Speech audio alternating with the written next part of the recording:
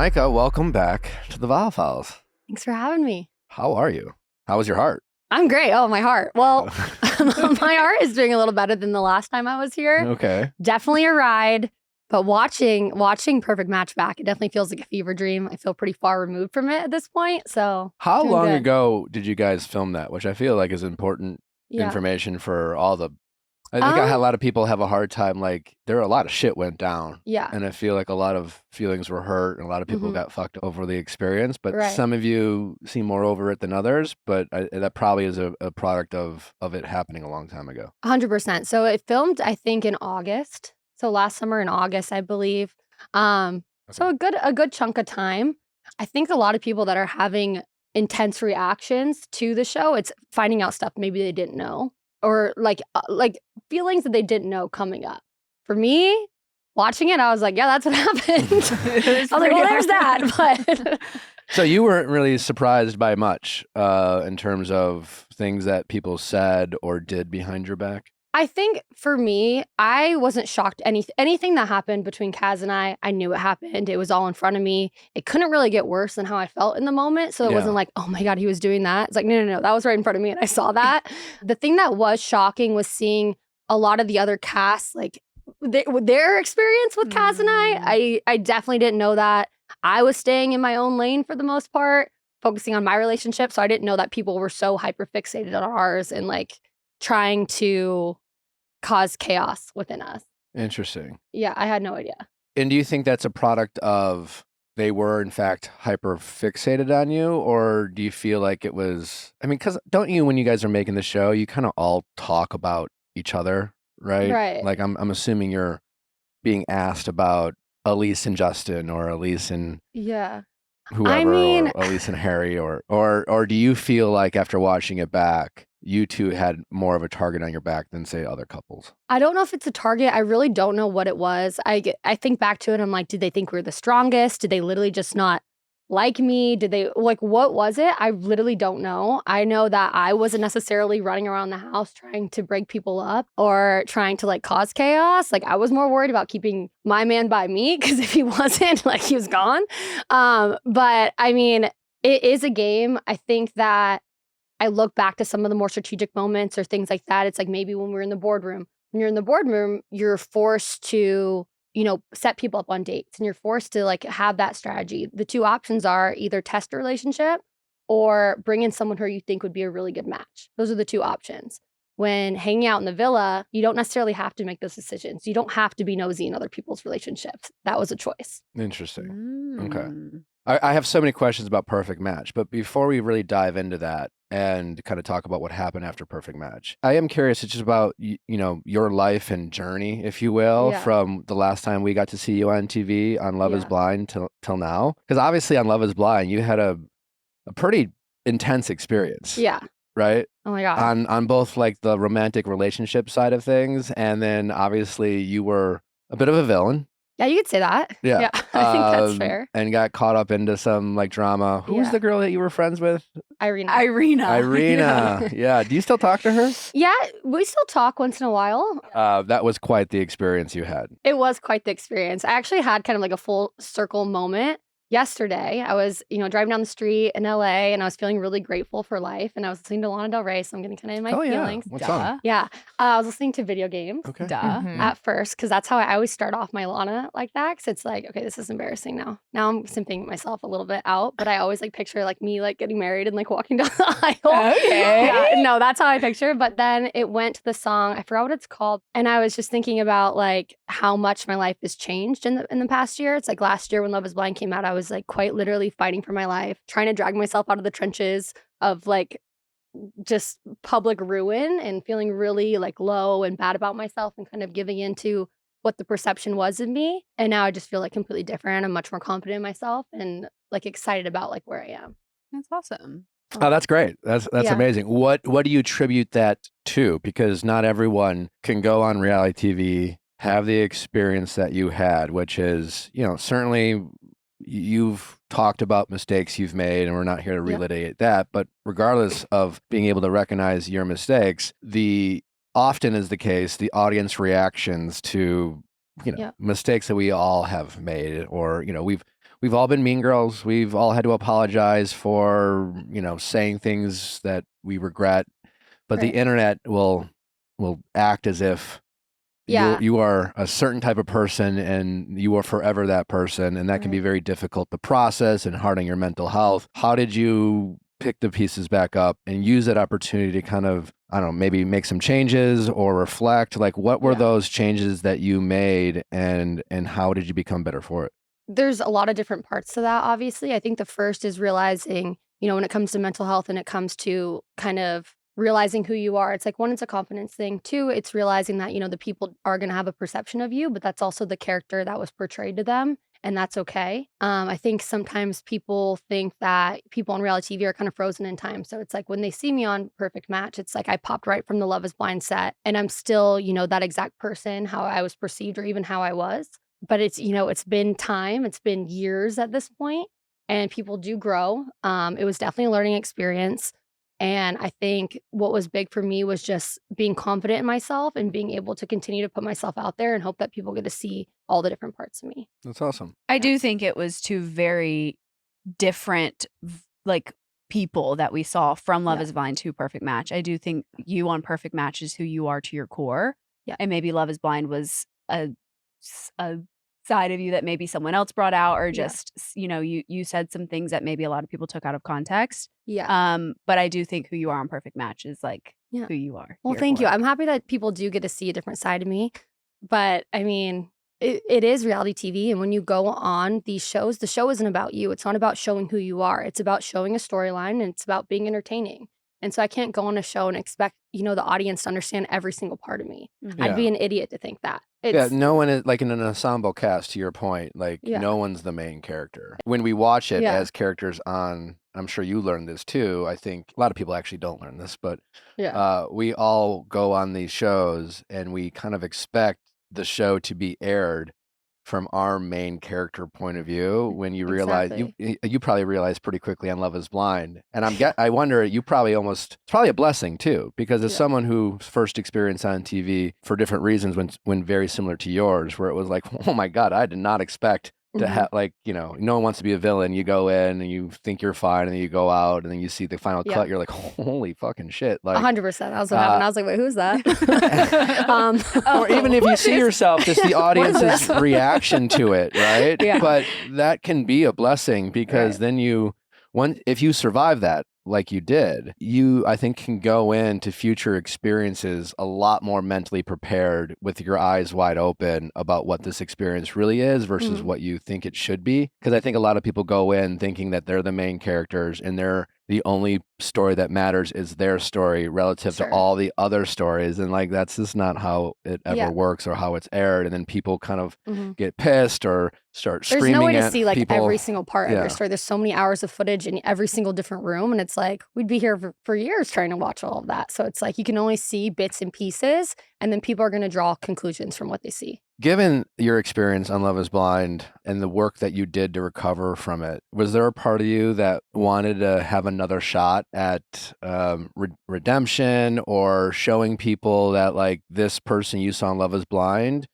certainly, even if it is part of you, it's not your entire Yeah. side, and that maybe even if you were to own your behavior on Love is Blind, you could say, yeah, I made a mistake, and sure, that's a part of me, but there's a lot more than me than just like a couple moments Right. that you're judging my entire personality on. 100%. I think there was like two options for me. It was like either like crawl in a hole and like never show your face again, or it was like try to give people the opportunity to understand you or to like see at least different sides of you. I always say with Love is Blind, like it was never the way it was shown, people can have their perceptions of what it was, but I think it in reality really came down to an immaturity. And a thing about an immaturity is you can grow from that and you can change from that. And I did over time and over working on myself. And it was something that I was hopeful that people would be able to see. Yeah. Did I know they would? No. I mean, I didn't know. There was perfect match, or anything can go a million different ways. So this is when I was crossing my fingers. I was like, Yeah. can it really get worse? I How was many like, I years don't has think it so. been since Love is Blind? Filming. Over 2 years. That's crazy. Yeah, That's over crazy. 2 years. I think when it comes to the Love is Blind universe, Yeah. or like Ultimatum or the Perfect Match, like the wait time that you guys have to Yeah. go through, like filming The Bachelor, I think The Bachelorette is a quick turnaround. They film early, they film spring, late summer. You have to wait like a month, 6 weeks before it's on air. That's insane. Lucky them. Bachelor, they start filming like usually September, always end like right before Thanksgiving. And so then they have to wait till January, which still is nothing. You guys Like are that's waiting. literally nothing. A full year. Some, like it seems like some seasons are waiting more. Oh, 100%. I'm pretty sure some wait multiple years. Which is, it's got to be a trip to like no, go through this trauma. Filming can be traumatic. Recover. Yeah. Feel like you're fine. Then it comes back out on air, 100%. re-triggered, not knowing how it's going to be aired, how the audience is going to perceive you. Yeah. That must be a trip. How do you handle stuff like that? Oh, I was like living my life. I was like, yeah, no, I mean, this is gonna come out. It's gonna be chill. And then all of a sudden, it was like I was hit by a bus, and I was like, can we go back? I was like, wait a damn minute. Wow. I'm like, wait, what happened? So it's definitely interesting, like reliving those past experiences when you do feel like you moved on. I would say watching Love is Blind was a lot harder for me because there was so much real love and real emotion. When, Perfect Match, everything was a little more surface level. So I would say it was harder for me to watch Love is Blind and watch that relationship versus this one. Oh, that made me think of something. There must have been several moments on Love is Blind where you thought to yourself, what am I actually, almost like an out of body, like you feeling these intense feelings. You were considering marriage. Yeah.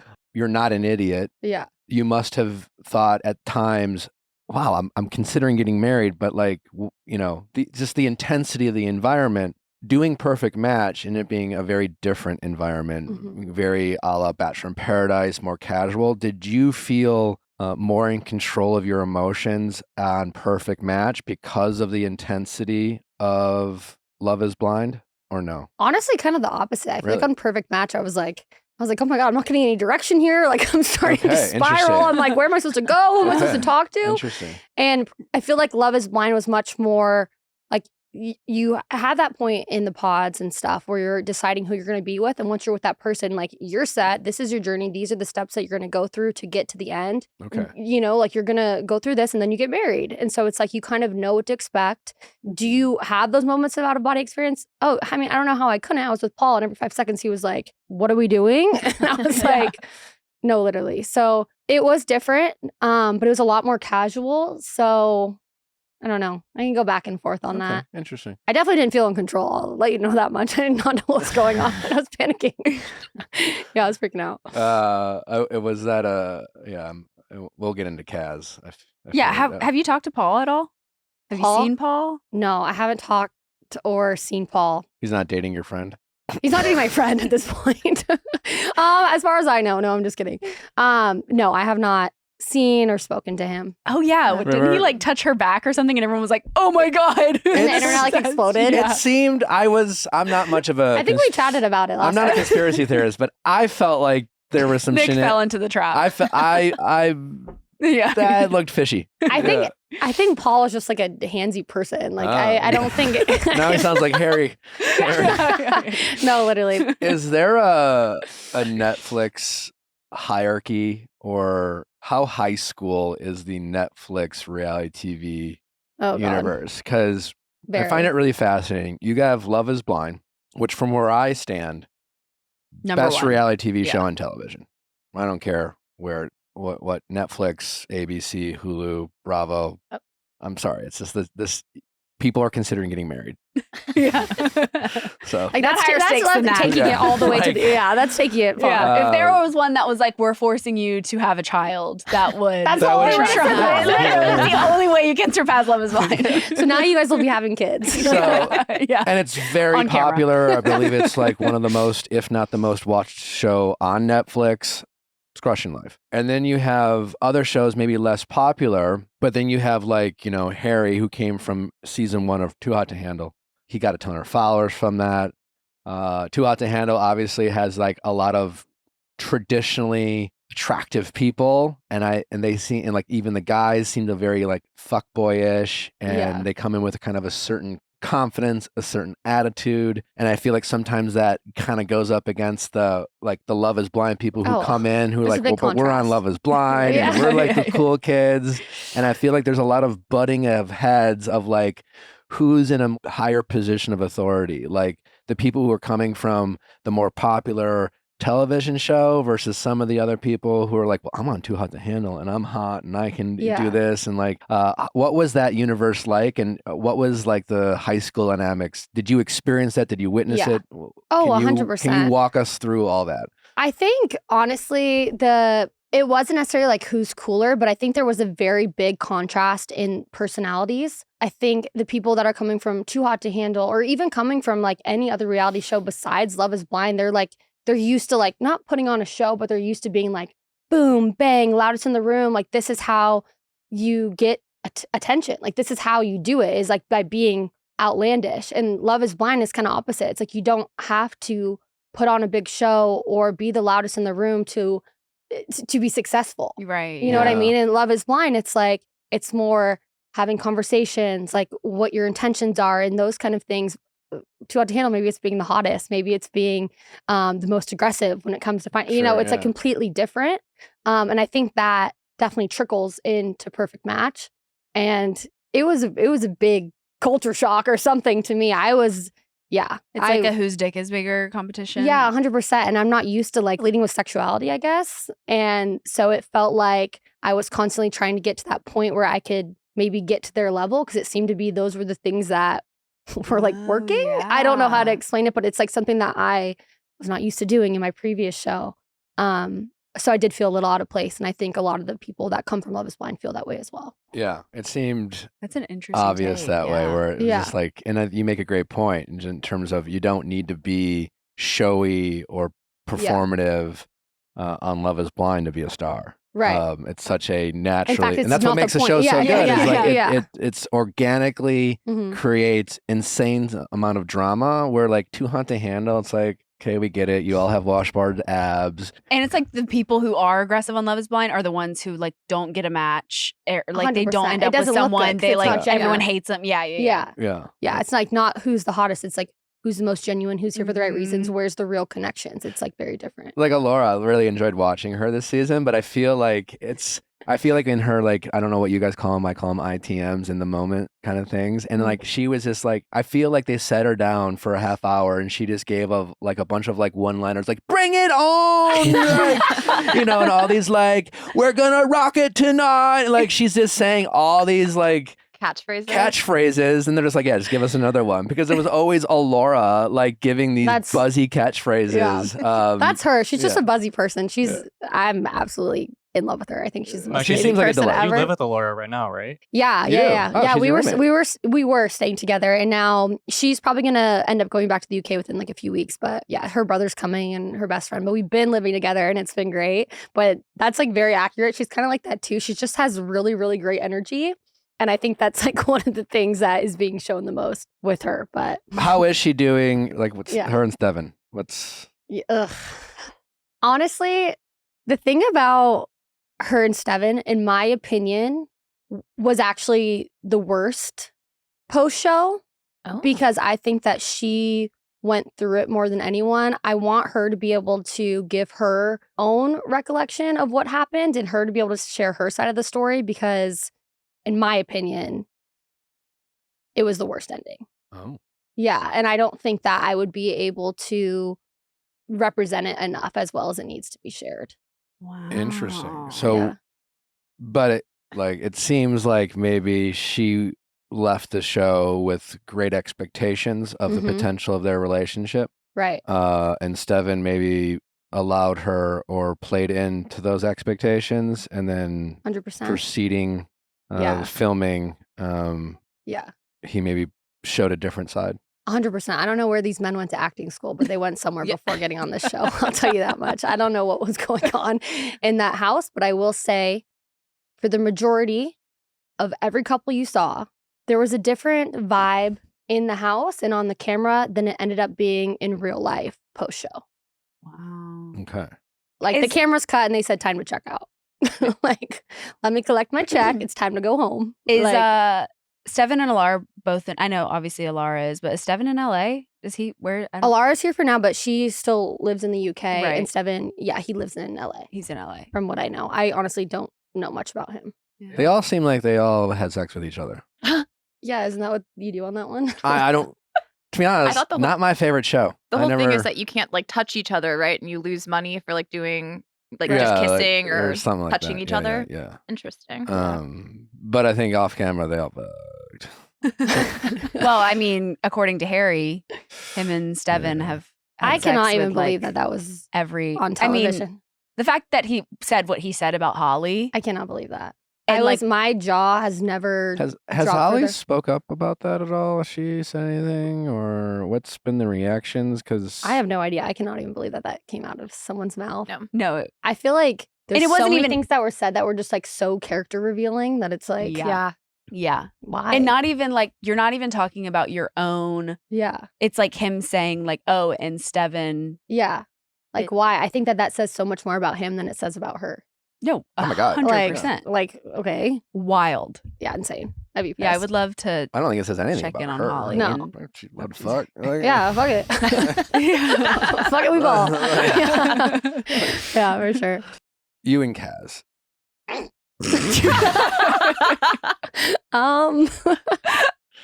We did talk to Kaz already. I saw some clips on TikTok. I didn't. It was listen to the whole early. thing. We didn't. We interviewed Yeah. him before Yeah. we kind of saw a lot of stuff. I will say, I met Kaz at that Netflix party. Oh yeah, I don't think I saw you there. Handsome guy. Okay, well yeah. He's a beaut. Duh. What do you think? What do you think I was? Why do you think I was hanging around? I'm really curious talking to you about it because I think when it comes to like from what we're seeing, again, I haven't had an opportunity to talk to Jess. I haven't had an opportunity to talk to Harry. I haven't had have an opportunity to talk to you about either of those people. But we always reserve the right to say, hey, this is a reality TV show. Maybe things are edited. Maybe it's dramatized for effect. I'm always willing to be wrong about people's character. I don't want to judge people's character from the show. That being said, sometimes like we just talked about, it can be fairly revealing. And when I look at you and Kaz, like clearly he's a very charming guy. He's good looking. He certainly demonstrates a lot of fuckboy energy for sure. There also seems to be times where I feel like you could have maybe protected your heart a little bit better than you did. I'm curious, this is my read on Kaz, so I'm curious what you think, having gotten to know him, been in the house, is that not that he's without fault, he's made a lot of selfish decisions and certainly fuckboy decisions, but kind of like you pointed out, very different than Steven or Harry from what we saw.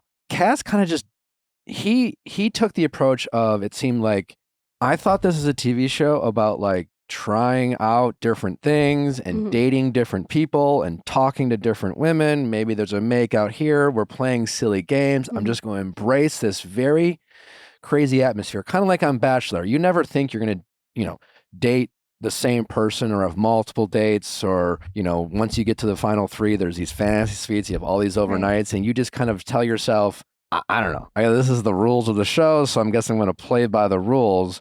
And Kaz almost seemed like, well, despite demonstrating fuckboy behavior, he didn't like lie. He wasn't lying about his behavior. He wasn't going behind your back. Now we can sit there and debate whether how unsensitive that could have been. Right. But I don't look at Kaz as like dangerous for people to date. I don't look at him as if like, even if you have strong boundaries, even for the people who date him who have done the work, like they're still susceptible to being led on, a la like a Harry, because you can do the work with someone like Harry and Steven, but if they pretend to be someone they're not, you're going to believe different things, setting you up for major disappointment. Where like someone like Kaz, he's incredibly good looking, he's got the accent, he's sexy, all these things, but he very much is like, this is what I'm doing, and I'm going to give you the opportunity to turn it down or not.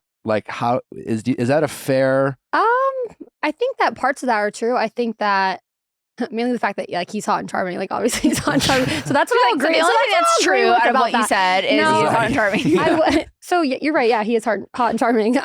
Anyways, no, actually, Kaz I really do think he's a good person. Like I'm not going to sit here and say he's not a good person because that wouldn't be true.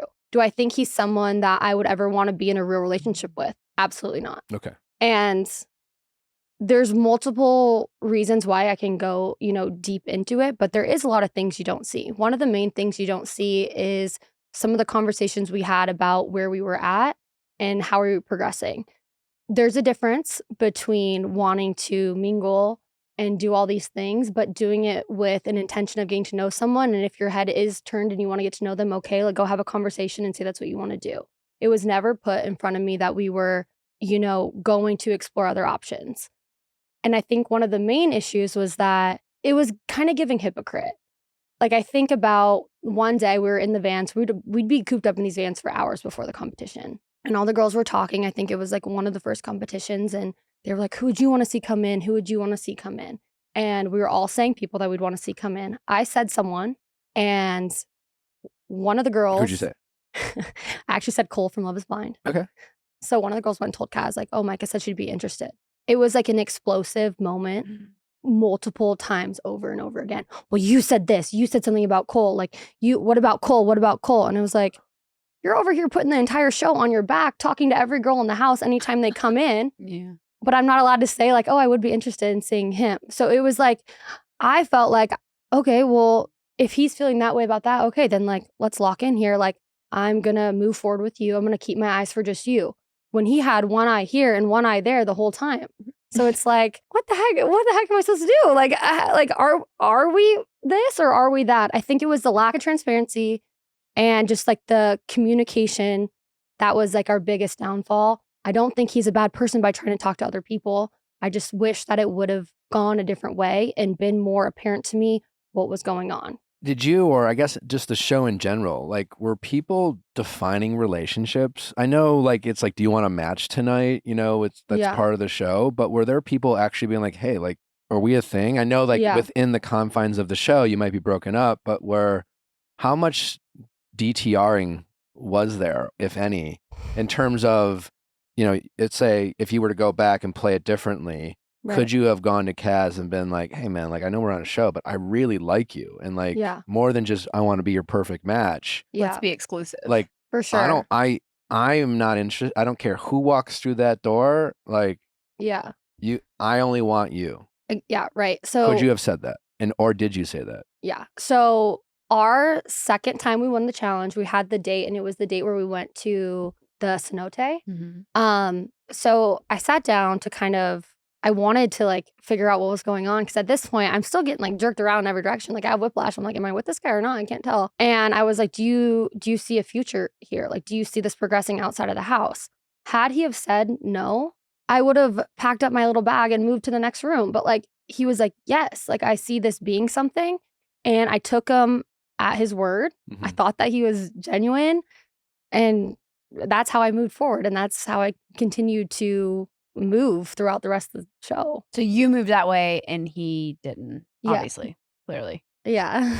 Can I also ask, how long is the filming process? Like, how long are you going through this experiment? I think we were there for like a month. For a month? Okay. Ish. I just wanted to know how, like, so it's all moving pretty fast. I don't think any part of me was like, so where's the ring? Like, it never was, but it was like. It's intense. Yeah. It's still intense. Yeah, for sure. It's still intense. There's a lot of feelings. You're also in this weird like incubator of, you're doing a lot of different things that would make a relationship move a lot quicker than it would on the outside. And your environment's so isolated too. 100%. Yeah. And I look at it and I look at me on the screen and I see that he's doing all these things, and I watch myself watch it. And I'm not an idiot. I'm realizing that it's not great. On the outside world, the first time that would have happened, I would have moved away. That would have been it. I don't know, time to move on with my life. But when you're put in this situation, it's the best of a bad situation. Right. There was no one else in the house I was really interested in at that point. Had I not closed myself off earlier, maybe I would have made other connections. But at that point, it was like, well, I like him. What am I going to do now? Yeah. Did you guys have sex? You and Kaz? Oh my God. Duh. I don't know. What do you think? Did you see him? He's hot and charming. I'm like, I don't know the way you're talking about it. No, he's hot. Like, seriously. I met him. I'm like, damn, fuck, look, damn. I think that was another thing that So I just want to confirm you guys had sex.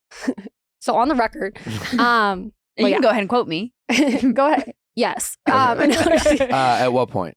So, okay, that's what I was going to say. I think when you start to see the emotions get really heightened of me being like in shock and in terror that he's still talking to people, it's because at that point we were like intimate. Oh, so you had sex prior to him making out with Holly in front of your face? Like Christine and Holly were in the house.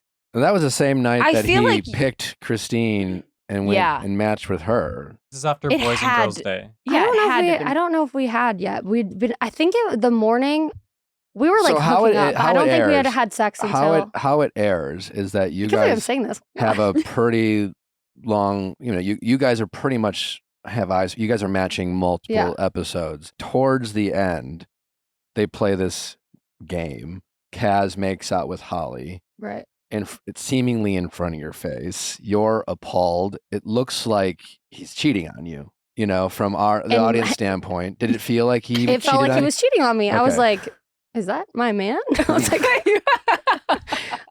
Kaz gets really defensive. Yeah. No, it was like slightly my fault. gaslighty a little bit. He's like, well, I'm just playing a game. He kind of accused you of talking to other men. And then instead of matching with Holly, no. He matches with Christine. He spends the night with her. Seemingly looks like they fuck. That's how it looks. I don't know. I haven't seen this yet. We don't know. I don't think I was even told that they kissed. Oh, they kissed. Yeah. So it's like this. I know you haven't seen it yet, but she's in that bikini. I don't know if you've seen, but it looked like she was stalking him that whole day. Oh yeah, it was scary. Like if reverse roles of a guy, there was that one. It's like around every corner. Christine was like, "Hey," and then he was like, "I'm a little uncomfortable." Then like another corner, "Hey," just like legs open, sex eyes, just sex eyes, barely any clothes on. If that was a man.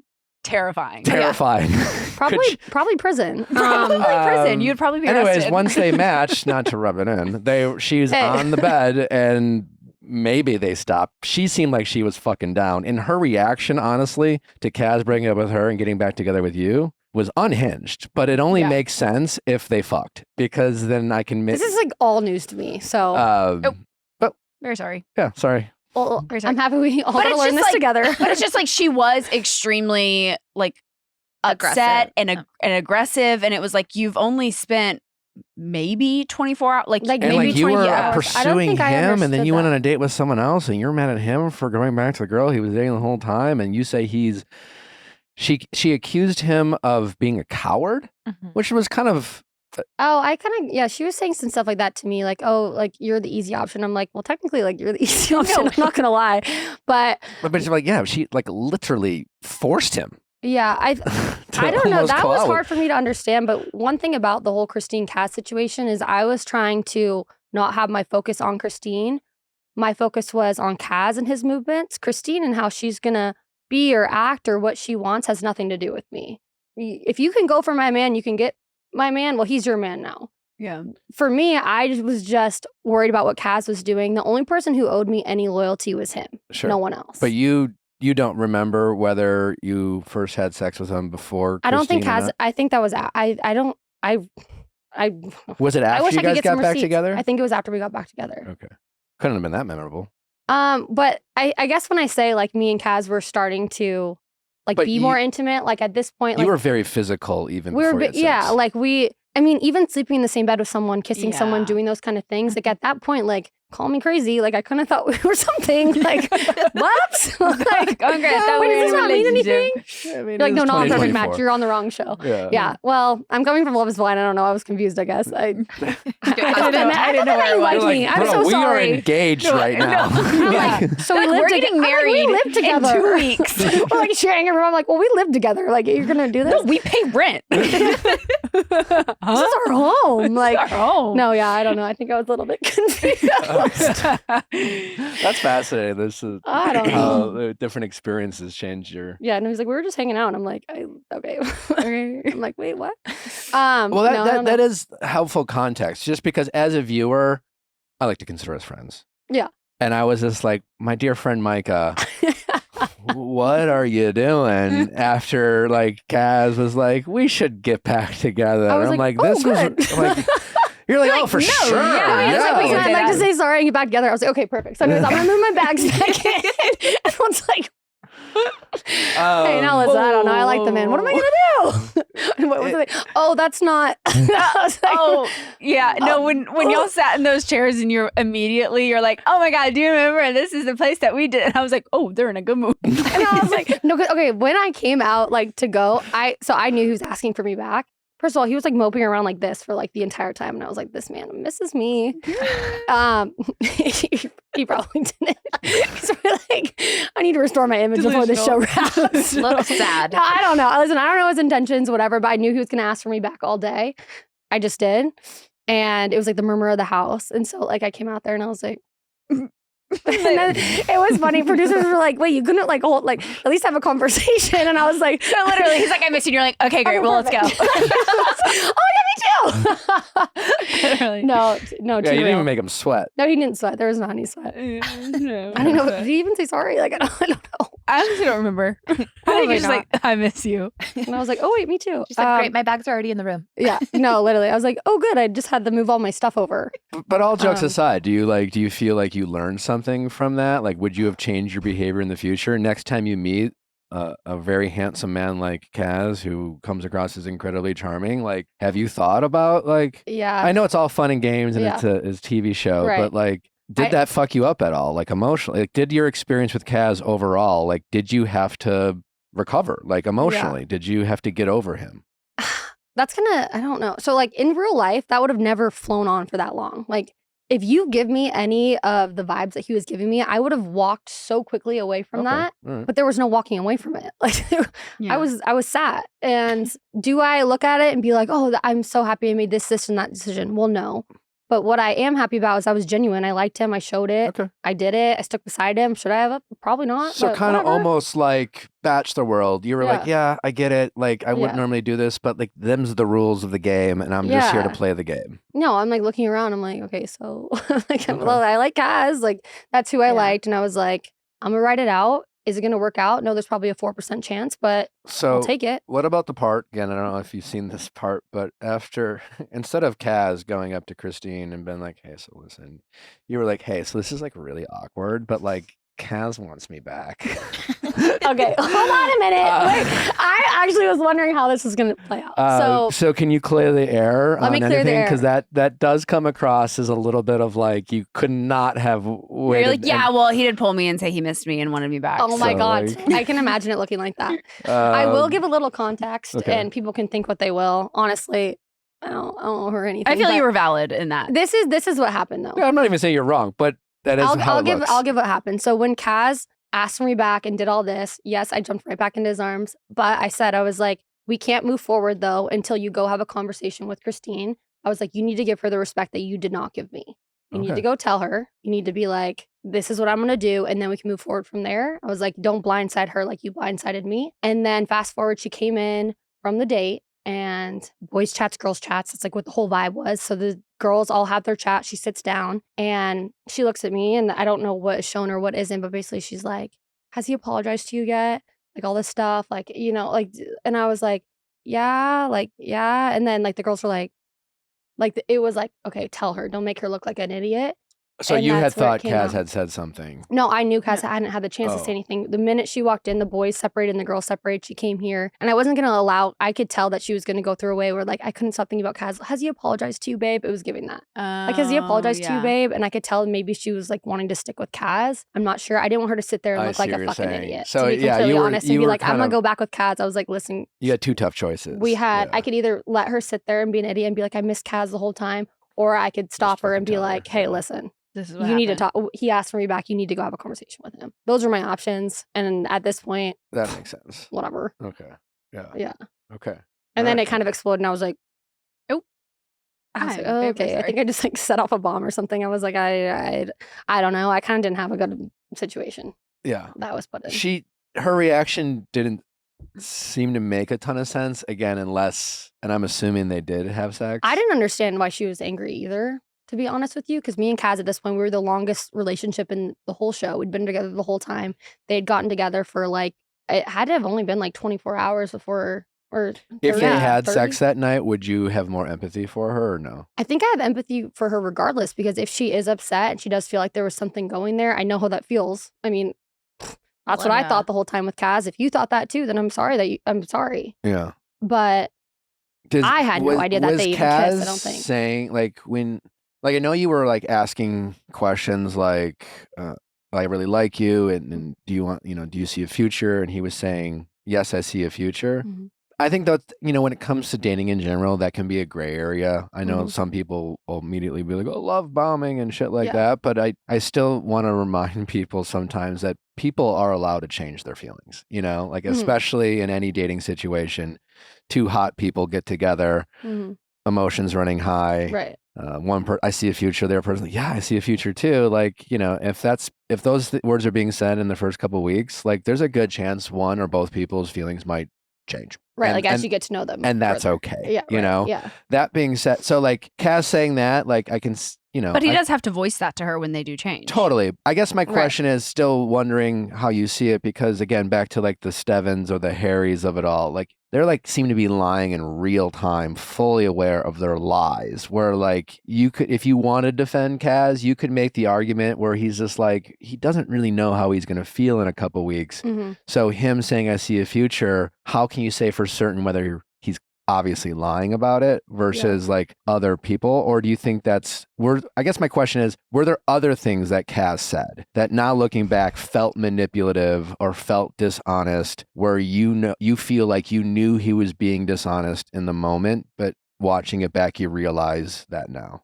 To be honest, like I don't think he was necessarily trying to lie or trying to be a really manipulative person. I think that he doesn't know what he wants. Okay. Yeah. And maybe he just didn't know if he wanted it with me. I think I just needed more communication in that aspect. And I also needed him to, I don't want to say be more honest, because I don't think he was necessarily lying. I just don't think he was being very straightforward. Yeah. It feels like Kaz, to me, it seems like Kaz falls in the bucket of, I don't know if you watch Summer House, but kind of like the late mid-20s guy who seems to have a lot of success with women in general, doesn't have a lot of relationship history, doesn't really know what they want, isn't necessarily being dishonest, but if you wanted to criticize their behavior, you could criticize Kaz and saying, listen, you're an attractive guy, you're charming, women react to you very differently than maybe they react to most men. And knowing that, you maybe need to be a little bit more careful with your behavior,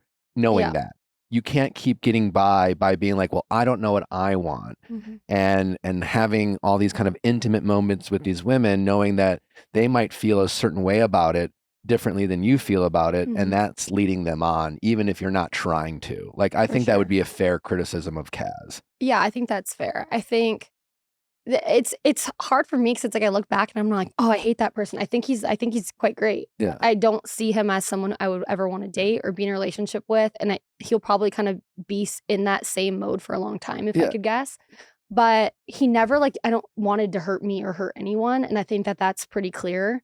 Yeah, I just think he maybe was more concerned about himself and his journey rather than everyone else's, which is fine. Yeah, I think that kind of sums it up. It seems like he cares about people, maybe not as much as he cares about his own journey. Right. Maybe he needs to mature, but he has at least the intention or desire to not fuck people over, where it seems like other people, Harry for sure, and I think now that we have a better understanding that Steven, because watching it back, Steven seems like a stand-up guy, very focused on relationship. He was consistent with her. He didn't have a head on a swivel. And now again, I know it's her story to share, but you were alluding to a guy who's, like you said, very different outside of the cameras. And if that is the case, then I would lump him and Harry into guys who know in real time that they're fucking with these women's hearts, and they're deliberately being dishonest, knowing how it's going to affect them and not giving a shit and 100%. Pretending to give a shit. And that to me is not only damaging, but dangerous. 100%. I completely agree with that. And I think even looking at all of the guys in the house, I think that all of them would have their head on a swivel, or they would change up if they had an option to change up. The ones that didn't change up, they didn't have anyone else. No one else was interested. Even so it's Izzy? like, Don't bring Izzy into this. Protect Izzy at all costs. Protect Izzy. So it's like there was someone in Netflix universe that Steven maybe would have been more interested in. If they would have showed up, you think he would have definitely been like, bye, It's hard to Laura? say because he was really locked in with Alara, but I think you can be locked in with someone, you know, on screen in this incubator, and then the minute you get back out to the real world, there's tons and tons of more options. And let that play out how it did. Do you think the competition aspect of it kind of forced the men's hands at like being a little bit more performative with the whole like, I'm looking for a relationship, I'm looking for love, and then as soon as the cameras ended or like they didn't win, they were like, I'm out? Yeah, maybe. I feel like that makes sense. I think that was like the other part that confused me. It's like, what did you want to win so bad for? Like, there's not even money attached to this thing. It's like an influencer trip. Yeah. And all these people are getting sent on influencer trips Anyways. constantly. I'm like, babe, just DM a hotel. Like, chill out. Like, not that hard. No, but it was like. Literally. No, it was, yeah, I don't know. I didn't really understand like the whole, like, we have to win. Like, for what? Like, but. Okay. I was like, wait, I thought we were trying to fall in love. Like, The show's called Perfect Match. Perfect Match. Shit, I'm on the wrong show again. I just can't find my niche. But yeah, so that, I mean, that was a little confusing, but I also do get it. Like, I'm a competitive person, but I don't know. I wasn't thinking about winning at the end as much as like trying to just like find someone that I liked. I mean, how did it feel to hear Christine say that Kaz's perfect match was with the devil or something? Did she say that? Was that the end? No, she called him a scammer, and then she was saying being matched with you would be the equivalent of being matched with the devil. She had a came at whole him. speech. Oh, wait, at the finale? Yeah. I was like dissociated at the finale at that point. I was like, we need to wrap this up. I was like, I need to grab whatever's left of my dignity and get the hell out of Because here. I was like, so Micah, No, is it Kaz was your the- perfect match? And you're like, as of today, yes. As of right now. And As Kaz of was like, currently I in love this her, moment. basically. No, he literally was like, and I love. No, and then Kaz goes, we'll stay in touch. Oh, yeah, that's right. And Wait, no, then, that was touches Chris, never I lose. thought. Oh. Chris was like, Yeah, I think yeah, we have yeah, each that other's was Chris. LinkedIn. oh, that's right. Yeah. Chris said that too. That was brutal. Chris Stay in and touch was Toulouse. brutal. Chris And the is- fact that the only person to call him out on it was Trevor? Yep. Like, No. the only person who stayed in touch with his ex on the show. Yeah. Trevor's It's like, really- listen, I know something about staying in touch, and I can help and I can you. give you a couple corners. It is fucking crazy, like combining these universes. Yeah. Like someone like Trevor who looked not great on his Yeah. respective season, but you throw him into a bunch of like fuckboys and like scammers, and Yeah. he seems like the Seems pretty back to the normal. gentle, I mean, Stand-up guy. Gentle teddy giant. bear that he isn't or is. I don't know. Yeah, Like, but he it's- also, like, I wonder, was he the only one who didn't get pulled Mhm. into? Yep, he was the only person who was never brought on a date or into the house. Yeah, I know. It was kind of a bummer. Like at that point, like obviously no one like knew anything about what happened. His season hasn't come out, and it was like kind of. Oh, But that even sucks. like Love Is Blind, like Izzy was like the bad boy of his season, and all of a sudden Yeah, he's he like this, was. this sweet. Well, we can be friends. Yeah. Yeah, First of all, I love Izzy. Like I feel like he is actually a wonderful person. We've been good friends. We've been good friends pretty much since Perfect Match aired, and I don't know what it is, but he, like me and Izzy decided like after that first night, like I remember I went to his room and I was like, do you have any body wash? Like I forgot all my stuff. Like we were friends and there was never a romantic connection after that first night spiral. Like I remember he was talking to Kaz and he was like, the first night, like me and Kaz like literally always would joke about this. He'd be like, he's like, I fucked it with Micah. He's like, I really fucked it. And we never looked back on a romantic connection since. So when me and him matched, it was not like, should we give this a shot? Or I wasn't like, oh, it didn't work out with Kaz. Like, can I have you back? It was not that at all. Very clear. It was strictly from the Yeah. position. Yeah, It was like it very was very clear. And so like, it was definitely supposed to be friends. And people have to realize that. So Kaz and I have somehow angled ourselves to be like one of the most dramatic and bigger couples in this show. They're not just going to let me walk out the door. Like, you're going to stay and you're going to see it through. Like, see it through, my boy. We got to finish this storyline. To be clear, they're not kidnapping you. You are choosing. I'm choosing to here. stay. Okay. I'm choosing to stay, but they're like, pick someone. But they would like you to stay if Yeah, you're willing to. 100%. Okay, I just They're wanna like, pick clarify. someone. Just because you have some people out there who. Oh, yeah. I'm not handcuffed yet.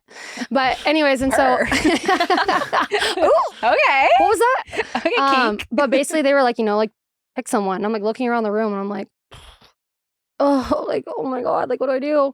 And I'm like, Izzy. Like, Izzy's my friend. I feel safe with Izzy. Yeah. He's someone that I know is going to be honest and be genuine. And he also has not had a chance in this house to go on another date. And at this point, we know that, the show's not over yet. Maybe there's people that each of us can explore with that we have not gotten the opportunity to yet. And that was the Yeah, I point. do feel like you're sleeping in the bed with someone. Yeah. And like you don't would love to feel safe and protected and like comfortable. Yeah, and I'm not going to pick like- someone off the street. Does Like, it seem like the guy that all the women were willing to share a bed with that they didn't like because they knew he was a respectful king? yeah, no, Izzy's the best. Izzy's an absolute I just king. would like Izzy, if you're listening, if you're out there, just lay off the alcohol. 'Cause you can always tell where You his can always eyes are tell. I always glazed said about over. Izzy. I was like, Izzy, I'm you're like, either Izzy's drunk or fucked up. hungover. Yeah. No, it's when like- Izzy and I did the competition together, I was so mad at him because I flew across that thing. I don't know what it looks like, but I was pretty much the first to the other side. I look at Izzy and he's still on the first beam. And I was like, what the hell? And he's like, I'm really hungover. And I was like, I'm so Izzy, I was like, dizzy. where are you even finding alcohol? None of us are even drinking. And he's like, you could tell when his eyes are glazed over. And oh my he's- God, he was so funny. I think, but that also goes back. First of all, Izzy's not an alcoholic. I mean, as far as I I'm not know. saying- no, but at he's the just- same point, it's like we were really out of our comfort zone, and that was like a way to kind of take the edge off. And I think that Izzy was thrown into a situation where he was very different from all of those guys, and it was a way to take the edge off Right. and have fun. Interesting. That's what it was.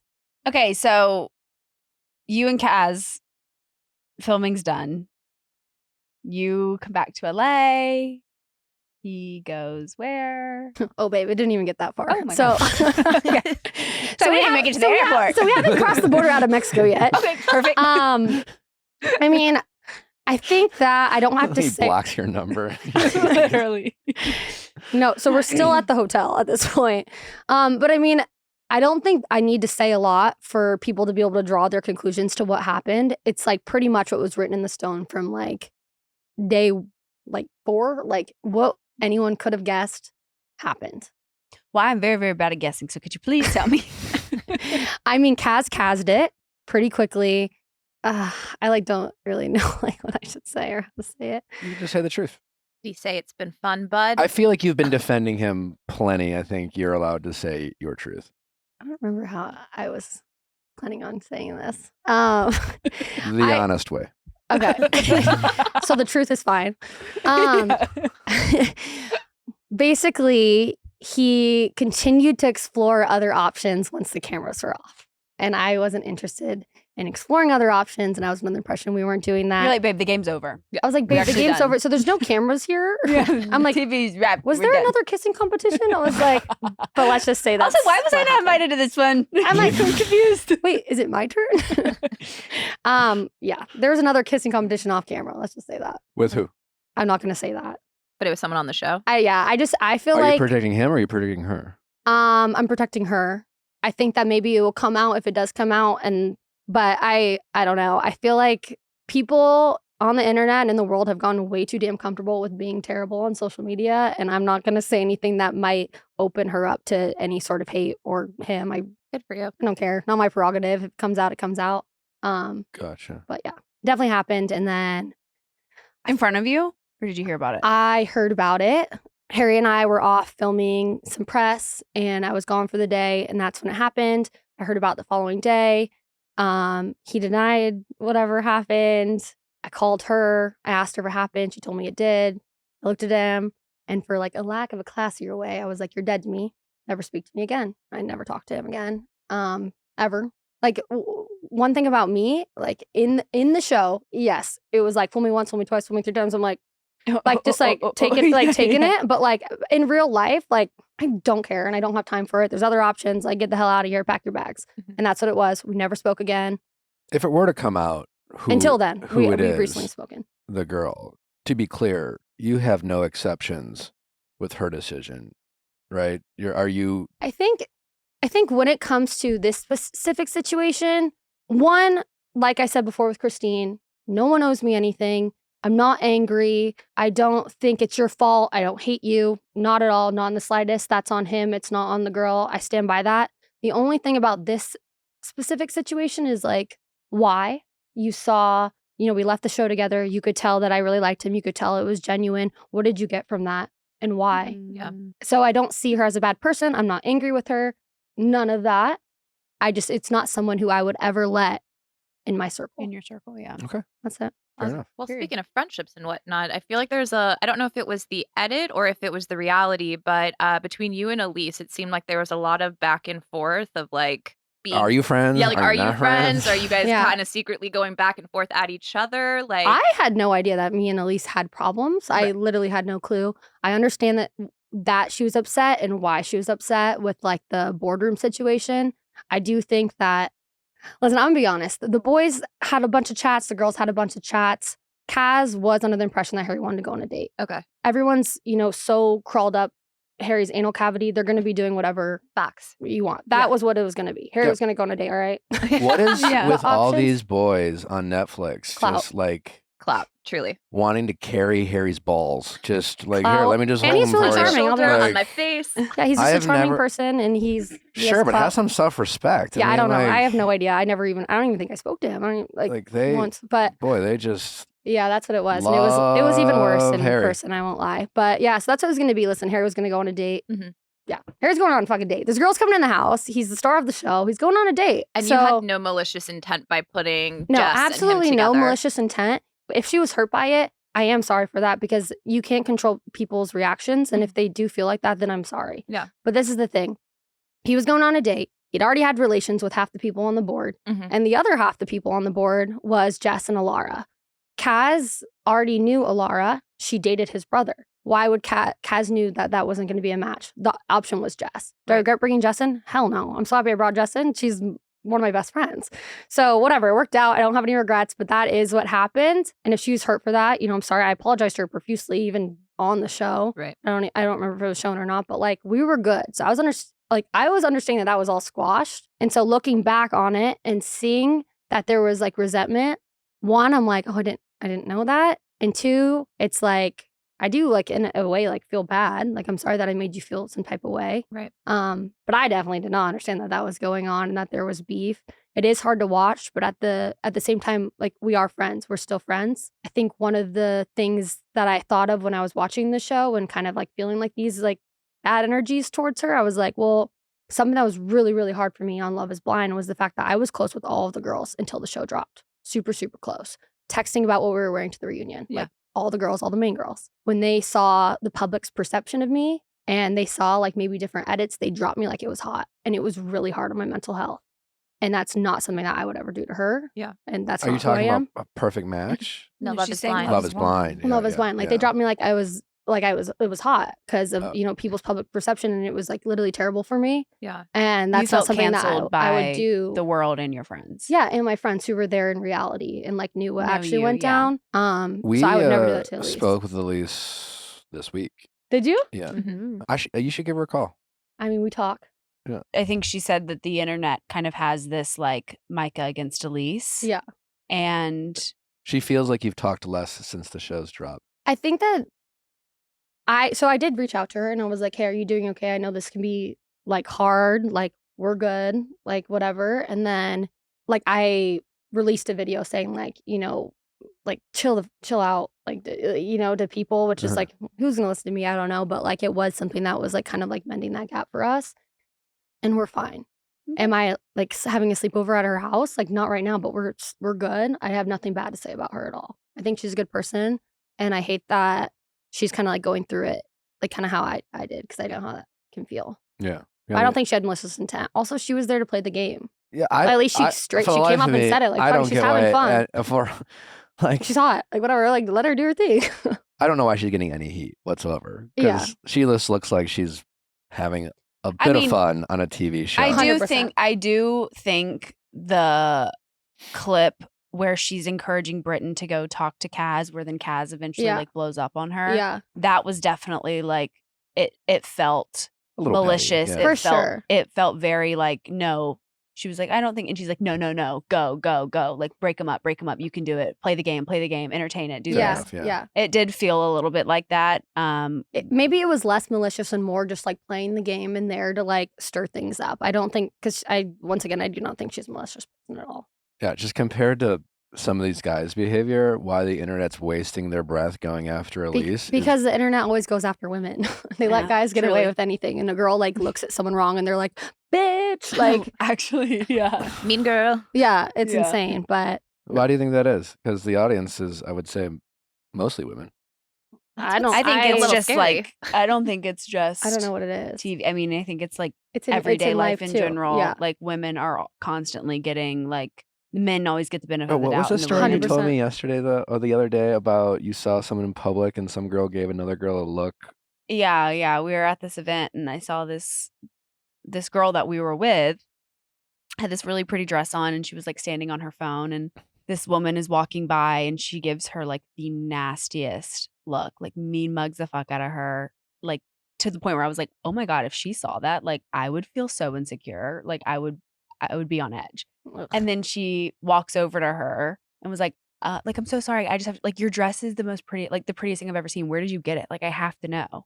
And I was like, okay, that is like, I feel like the epitome of Yeah. women is like, maybe that wasn't it. Like, it obviously wasn't a Yeah. dirty look at all. She was just like, oh my God, like, I Like, love in that shock. dress. Yeah, Like, yeah. yeah, I was just like staring at her Trying to because she figure liked her out where to dress. get it, Like, yeah. yeah, I was just looking at her, but us as like outsiders are like, oh my God, she's mean. She's a terrible person. She's 100%. disgusting. Yeah. No, that's a great But example. yeah, so I feel like women just don't ever get the benefit of the doubt. And it's Yeah. like shame on women. It's But like like men, it's like, conditioned. oh God, they're men. Like men will be men. Yeah, Like, yeah, they're yeah, so yeah. silly. Boys will be Like, boys. what? Yeah. No. 100%. I So I completely agree. think it's in life too. Mm-hmm. I'm assuming your answer is going to be similar for Alara. And whenever Jess shares her story, Yeah. she will share her story. But how did you see Harry and Jess's relationship play out? So I guess at the time in the house, Jess and I weren't necessarily super close yet. So I wasn't super involved. Like I wasn't super involved in the relationship. I wasn't nosy. I minded my own business. Like I'm fighting for my life to keep my man. So like I don't have a lot of time. But I know that she was taking him at face value for what he was saying. And I think that speaks more to her as a person than anything else. Like she wanted to believe he was genuine. She wanted to believe he had changed. And she doesn't, I think people Just forget with her is when she was on Perfect Match, even though it's her second show, Yeah. she had not been on any shows that aired at that point. Right, So right. she doesn't feel like a celebrity. No. Did she even really know who Harry was at that point? I feel like everyone knew who Harry was, Like, but had an who knows idea, how much but, she like, knew about him yeah, though. like, And like She probably wasn't up like following him or like no. aware of all the scandals. Everything he's ever done. Yeah. Like, no. So she's probably taking what was at face value. And like, she went on a date with him. She was probably love bombed or something of the sorts. And she's like, oh my God, I have this super hot Australian guy liking me, period. Like, Yeah. Yeah. Talking about therapy, talking about doing the Yeah, work, like, talking about dating wanting to be Mary. I had different. multiple of my friends say, I would fall for Harry too. Yeah. Or like, if I'd be doing the same thing. Like, You're saying you want to be a stepfather to yeah. my child? Like, yeah. okay. No, literally 100%. So, Because people can change, and some people for do. sure. And when people are presenting this, Yeah. this He What knows if he what to had say. changed? He knows what to say. He has Yeah. the playbook, the script down. Yeah. Like, I mean, what if he knows. had changed? He just happened to had he hasn't yet. But like, what if he did? Like, yeah, I don't know. I don't blame her for it, honestly. what did you make of the reveal?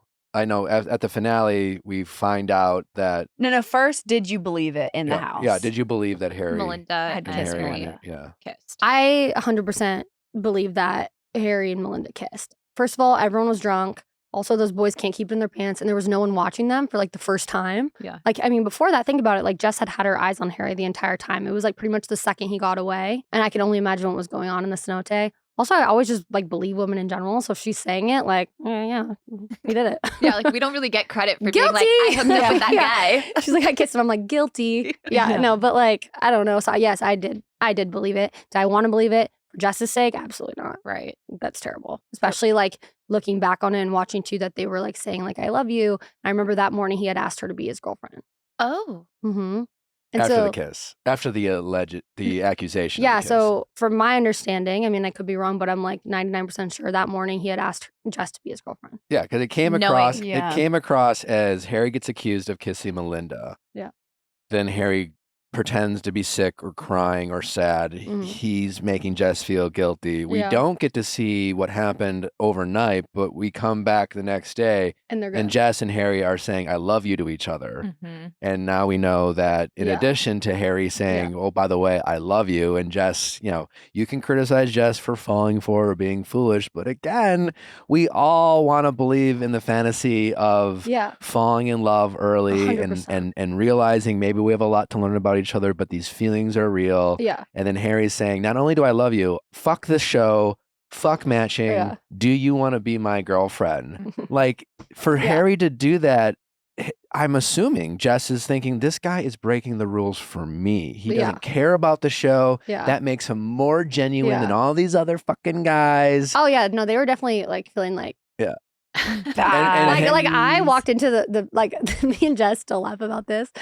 Like I'm in the trenches. I've been in the trenches. I'm fighting for my life. Jess like ascends down the stairs and she's like has the most beautiful white dress on and like this like gorgeous hair and it's like her big day. Like she's like newly a girlfriend. Like she's just so stunning. She's glowing. Like, and I'm like knowing it's gonna be the worst time of my life. And then we're like, little did we know we both were gonna get fucked over. Like it was gonna be hell for both of us. But like we always talk about that. And it's like so funny. Like just like no idea what was coming. Right. Damn. So then fast forward to the finale, they do in fact reveal the truth behind what went down between Melinda and Harry. They have the audio around everything, and it shows that they did, in fact, we didn't see a kiss. We heard a kiss. They talked about the kiss. Harry said he wants to fuck her. He wants to get her pregnant. Yeah. Then he goes to producers and says, like, did you get that kiss? Like, please, I didn't mean to. He admits to Chris, was it, that he did a bad thing, bad. but he can't say it on camera, fully aware of what, this is crisis control. Now we go back and remember all the kind of gaslighting and denial and... Yeah, no. Did you guys, I know we saw that at the finale. It kind of looked like you guys were shown that clip at the finale. Yeah.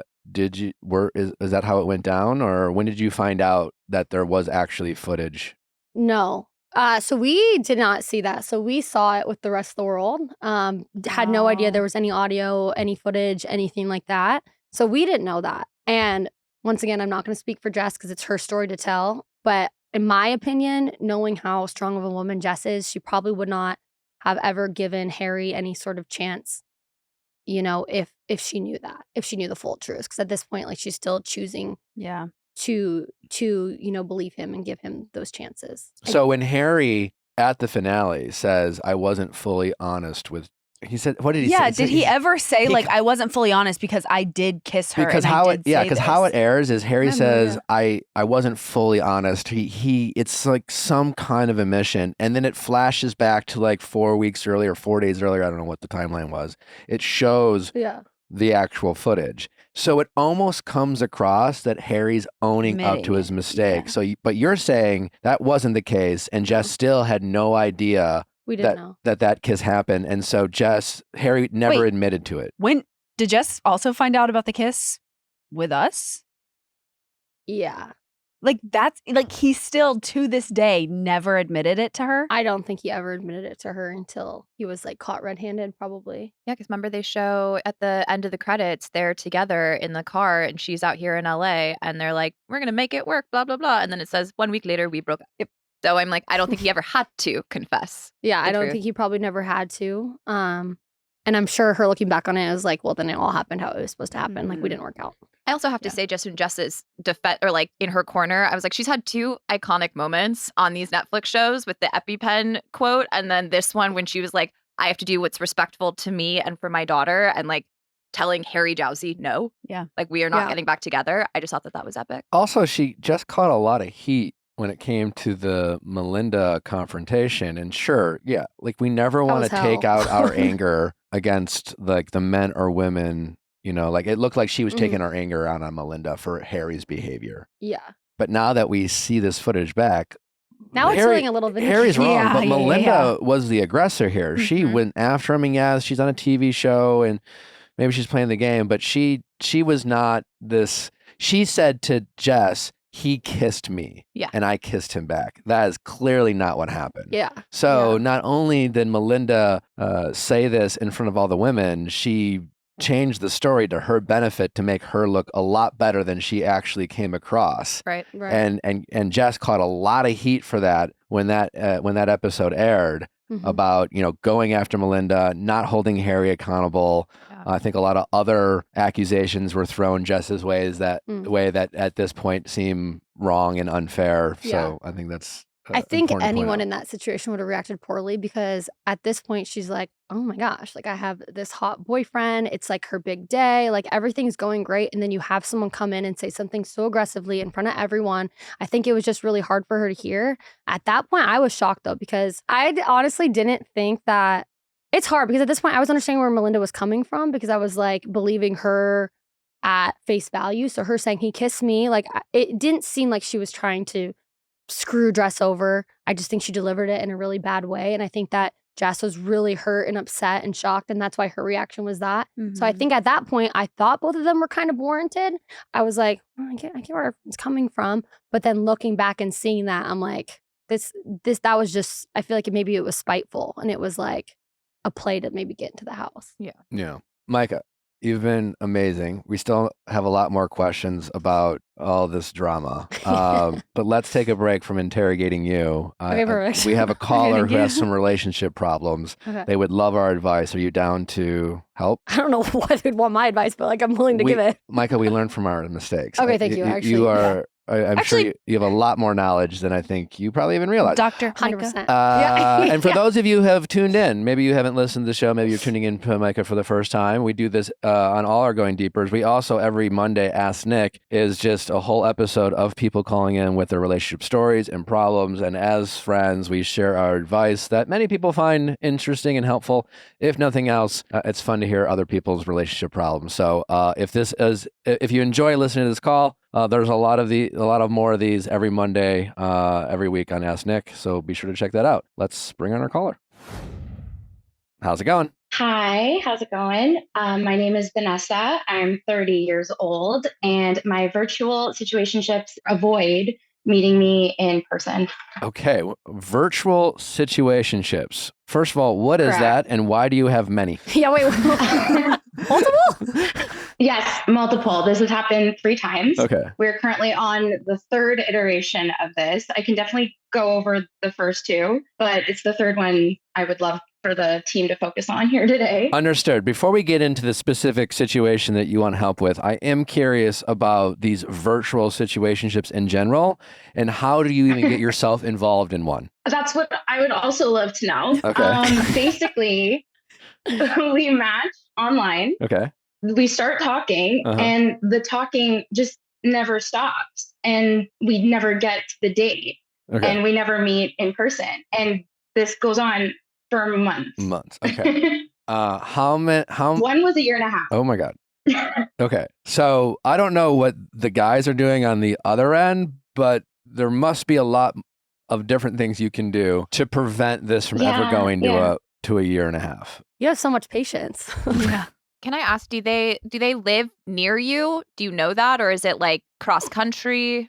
They all live within 20 minutes or half an hour from me. Oh. One lived 15-minute walk from my home. Wait, how do you know that?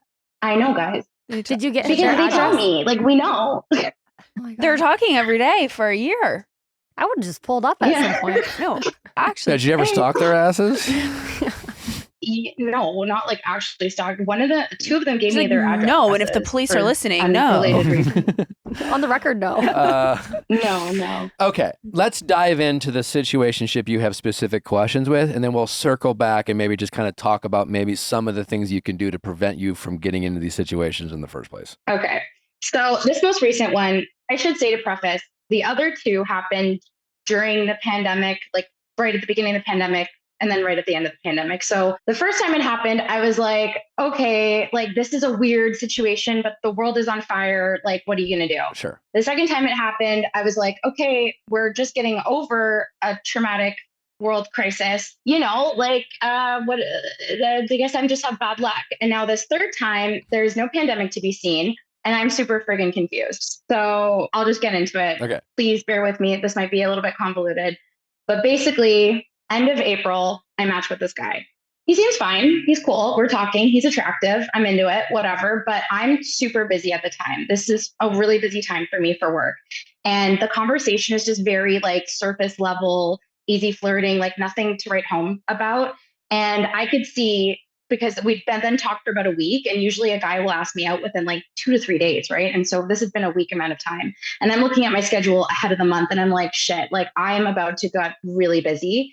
he also was very busy. He works in professional sports. That's all I want to say about it.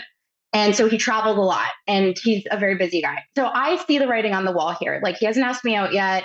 I personally don't know if I can take this on my end. So I reach out to him. I was so proud of myself. And I'm like, hey, listen, I think you're great and I would love to get to know you more. But I'm sensing that on your end, you're really busy. And on my end, this next month coming up doesn't look great for me. So I propose, why don't we stop texting? And if we're both still into this in a month or whatever, when we both have time, let's circle back. Okay. Love. Because right. And I'm like, because honestly, one of two things is going to happen here. Either A, it fizzles out and then, missed opportunity, that sucks.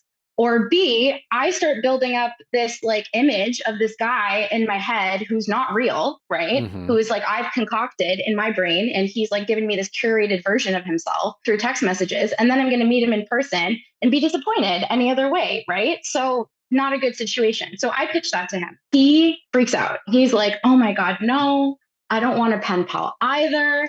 I really like you. Sends me screenshots of like his like Calendly schedule of like how busy he is. And these are the dates he'll be free, all this shit. Right. And so I'm like, wow, like he seems really sincere. He really doesn't want this to like trickle off or whatever. He's really, really interested in meeting me. I ended up getting roped in to continuing texting him under the pretense that the first week of June, he was free and I was free. So we start texting and about all of May. And then we start phone calling and then we start the FaceTimes. And now end of May is rolling around and I am very attached. I'm very, very attached to this guy. I'm really into him. We've talked about a lot of personal stuff and I like him. I really like him. So I come back from like my work shit or whatever. I had a week in Vegas and then I went straight to a bachelorette weekend. So I was like cooked.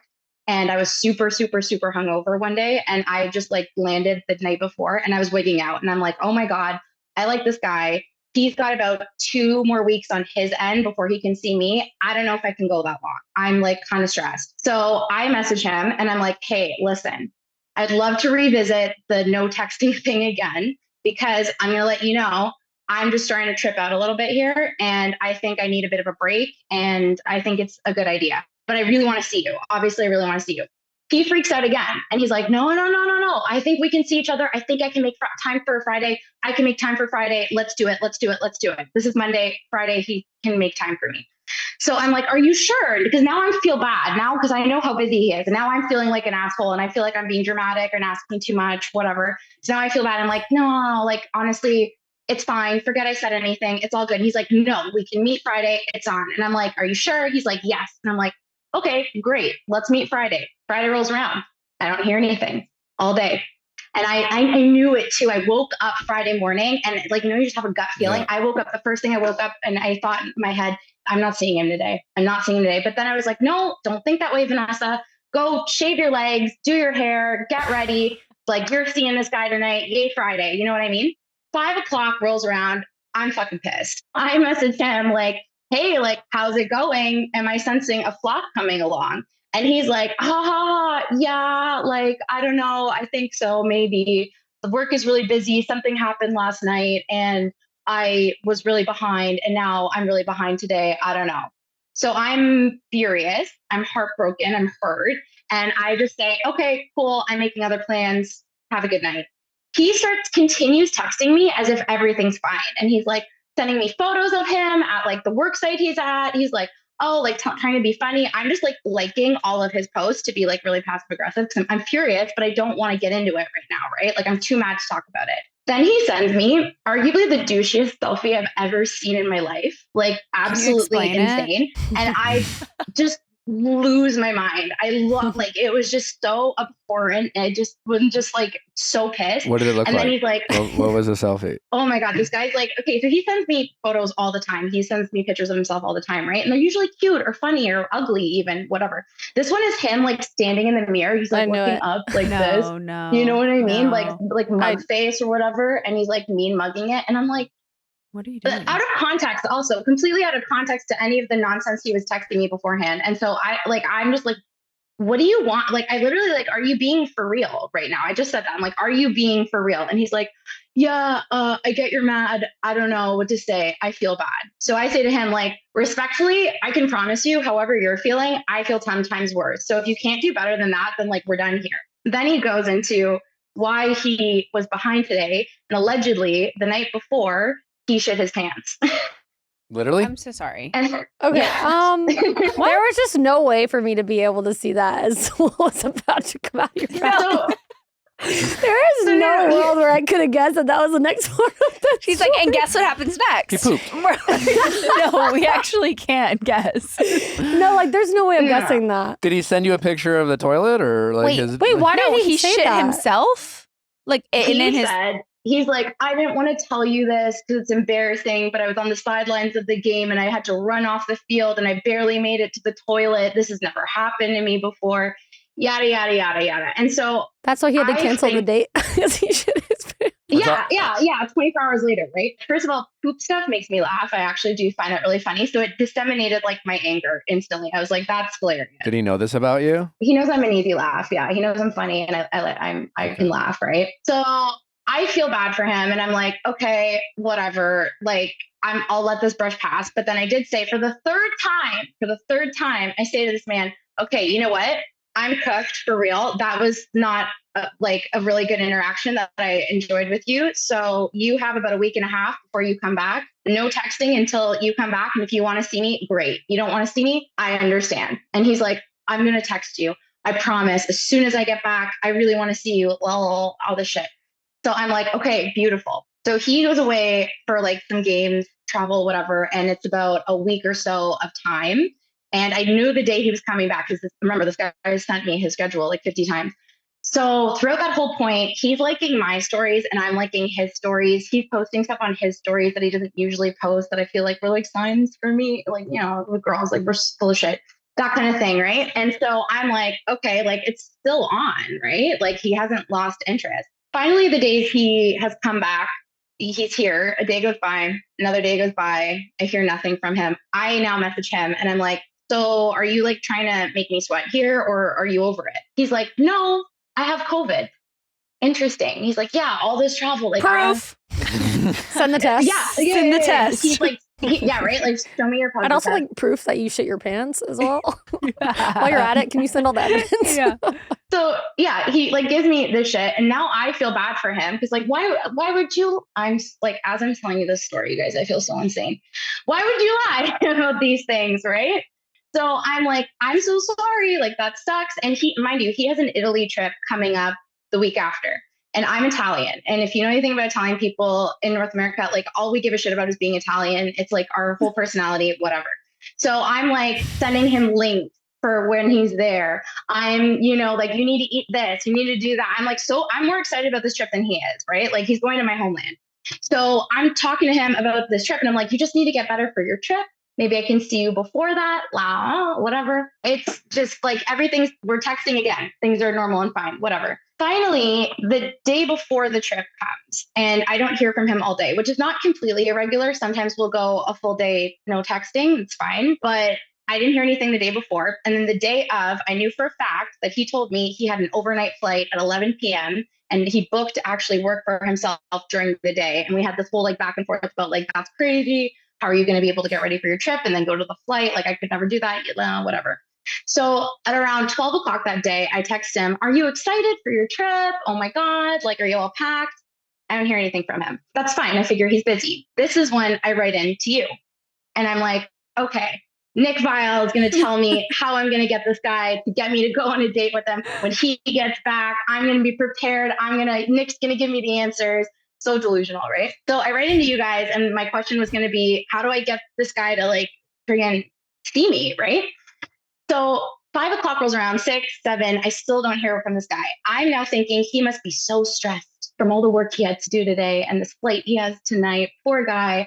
So I text him and I'm like, oh my God, you must be like tweaking out and you must be so behind. You can do this. Good luck. Like, oh my God, right? Still hear nothing. 11 o'clock rolls around. I'm just waiting for him to send me that photo of him at the airport. Like he sends me selfies 24/7. I'm waiting for him to be like, oh my God, what a day. Nothing. Next day rolls around. Absolutely nothing. I send him a third text being like, okay, now I'm getting concerned. Absolutely nothing. Then at around 6 o'clock at night, he posts like a random story on Instagram and I swipe up on it and I just say, bro, you know what I mean? 2 hours later, he responds, like all caps, tiramisu. And I'm like, what are you saying? What the twists and turns here. are you? Where are we? Where am I? Right? And he's like, why? What's up? And I'm like, you've been ghosting me for 2 days. And he's like, no, I haven't. And then sends me a screenshot of his like settings on his phone saying that he's like has all of his data and shit off because he's in Europe, right? He's like, I have all of my stuff off. I can only communicate through Instagram.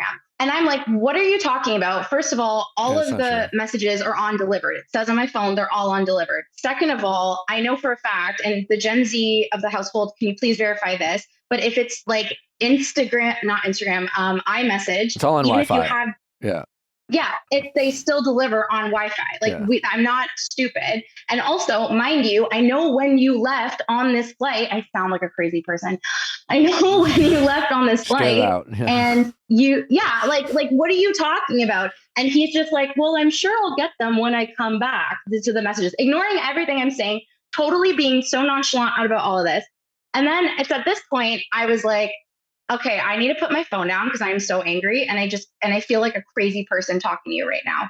Have a good trip. And he's like, okay, thanks. Like exclamation point. I'm seeing red. And I thought to myself, okay, I'm going to keep the lines of communication open in case this guy says anything more insane to me. So I can tell Nick Viall on Tuesday. and then I thought to myself, no, Vanessa, you know exactly what Nick Viall is going to say to you. So I hit my weekend. I blocked and deleted him on everything. Period. I booked a solo trip to Greece. And I have a date for tonight.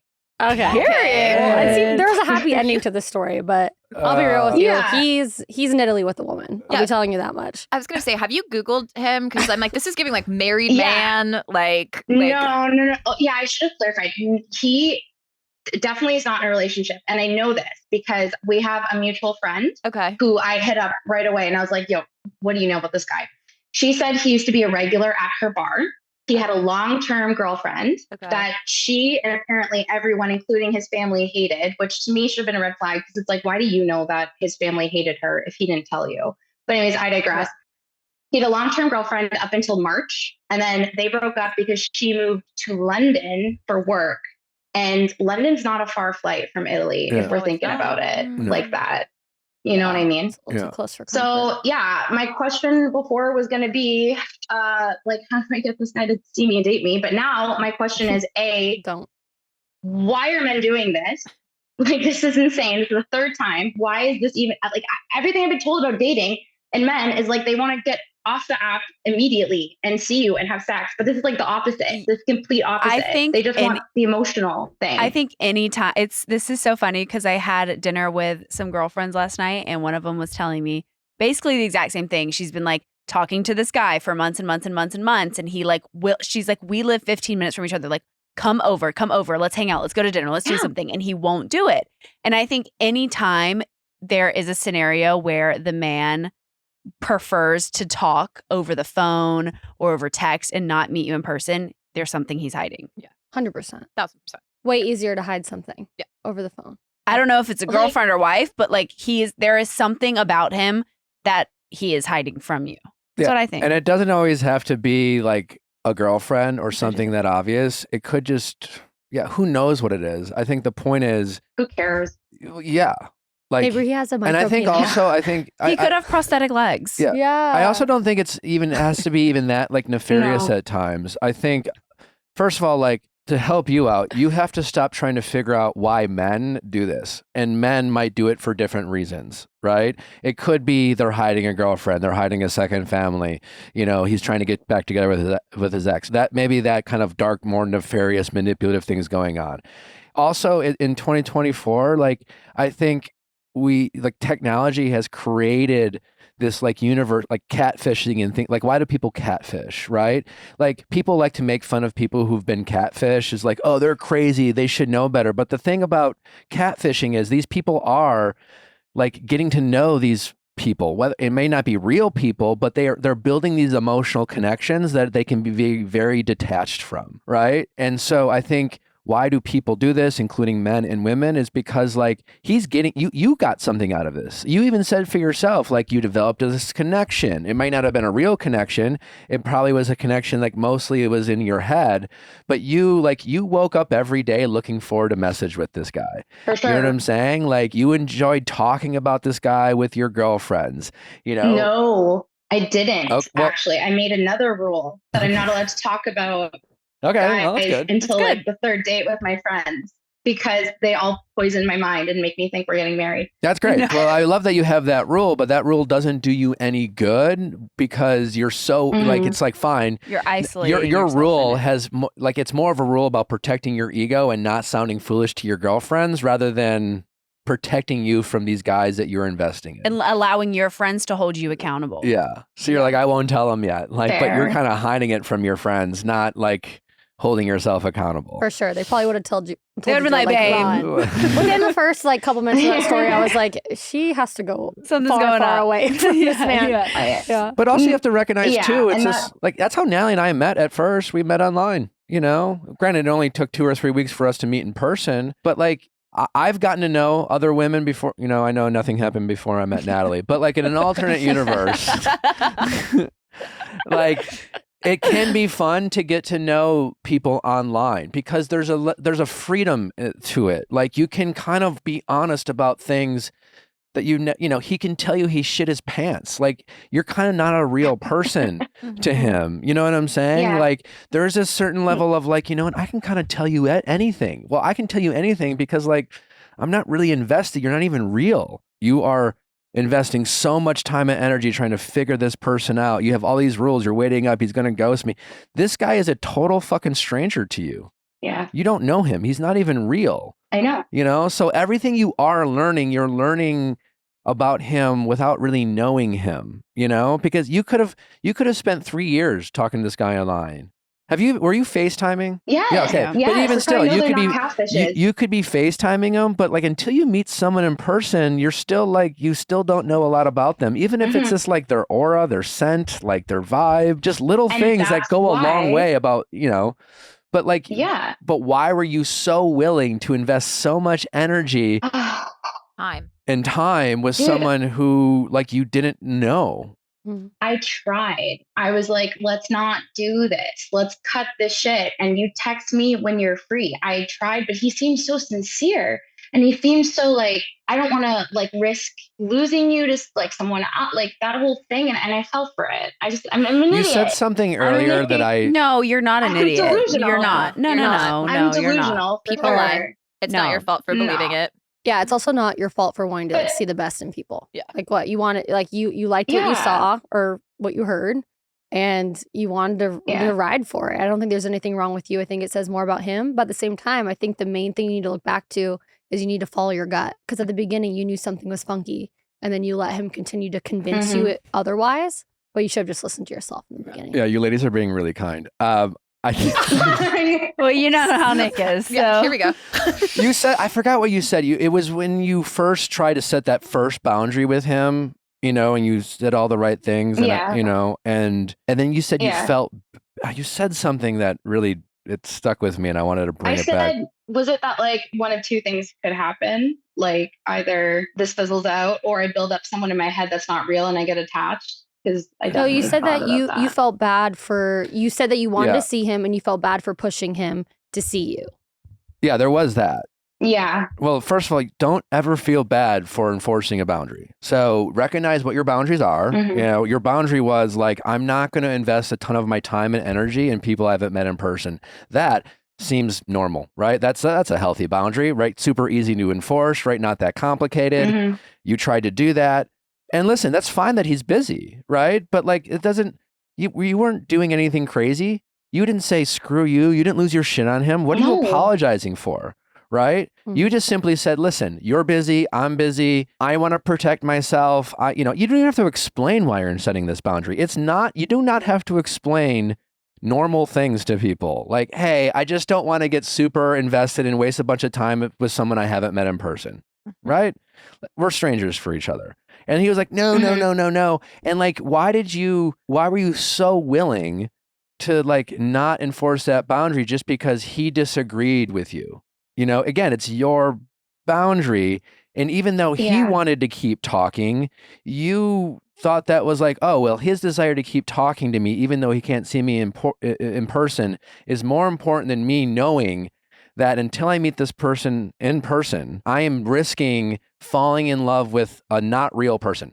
Yeah, no, you're not wrong. I think I caved. It was the first time I enforced that boundary after the other times that this has happened to me.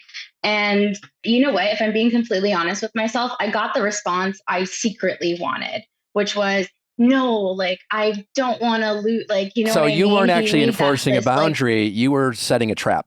no, I was so down. I was so down to not do that texting. I really, really mean it. But there's I a swear to you. difference between was- you. Yeah, but there's a difference I'm being- between you like saying something to see what he might say and being open to either scenario. So the way you're telling it is, I told him this thing. I was totally fine with not talking to him, but deep down, if I'm being totally honest, deep down, I wanted the reaction he gave me, which is to insist that we keep talking, to tell me how much he's enjoyed. To want me, to fight for me, to chase me, to... Yeah. And that's the response you wanted. So in reality, it wasn't a boundary. It was a trap. You were trying to set him up to get him to elicit a response. You were fishing. Which isn't... I don't think I did that intentionally. Yes, I agree. I'm not saying it was Machiavellian. I don't think you were... Yeah, exactly. That's what's important. Yeah, like, of course you're not doing it. I'm setting a trap. I can acknowledge that. Yeah. That's why we get ourselves in these in these situations, because we're not conscious that we're doing it. You've convinced yourself it was a boundary. In reality, it was a trap. Well, how do I know in the moment that these things are real? That's where the delusion comes in. You know better. Like, come on. Like, because you, how do you mean? Because all you have to do, the only boundary you have to set is saying, I'm not going to, like, have more than 3 conversations with someone I haven't met in person. And if they're too busy to meet me, then they're too busy for me to invest my energy in. That's not complicated. Yeah. You also can't build a future with someone that you're not going to be able to see. So how long is this going to go on? Like, even if you did go on one so date you're just with like, him, hey man, you're a busy guy. I'm a busy person. You're hot. I'm hot. Like, when you have time, let's circle back and we'll figure it out. But until then, this is just make believe. And it's not 2020. We're not going through a pandemic. We don't have to find different ways to have human connection. Like, I don't have time to emotionally invest in strangers. You know what I'm saying? And like, listen, like, if you meet a guy like online who lives across the country, like, you might have to bend that boundary. Like with Natalie, like, she was living in Savannah, I was living in LA. If I, like, let's say I was in your situation where I had a couple situations where I got caught up with someone and ended up meeting me, I would have had to make an exception for Natalie if I wanted to. Cause it's like, well, it's going to be a couple weeks before we can see each other in person. You know how to set these boundaries. You just have to be more honest with yourself, and you have to simplify what those boundaries are, and then you have to be willing to enforce them. And like I said before, like, knowing that you're not going to have multiple conversations with strangers is very simple and very easy for you to follow through. And you have to be able to set aside this guy or these men or these strangers saying, but no, you are worth me talking to, even though I don't know you, because everything I've heard about you is so amazing and so unique and so special. And you're like, say more. Oh my God, I'm just eating it up. So yeah, I don't know what these men want or what they're doing or what their intentions are. It doesn't fucking matter. And you have all the control and power to prevent this fight cycle from going on. And that is this setting some very basic, very simple, common sense boundaries with yourself and being willing to enforce it. And don't let your ego and that need for feeling special convince you to ignore that boundary, because what you really want is to feel validated. Yeah, no, I agree with you. I do.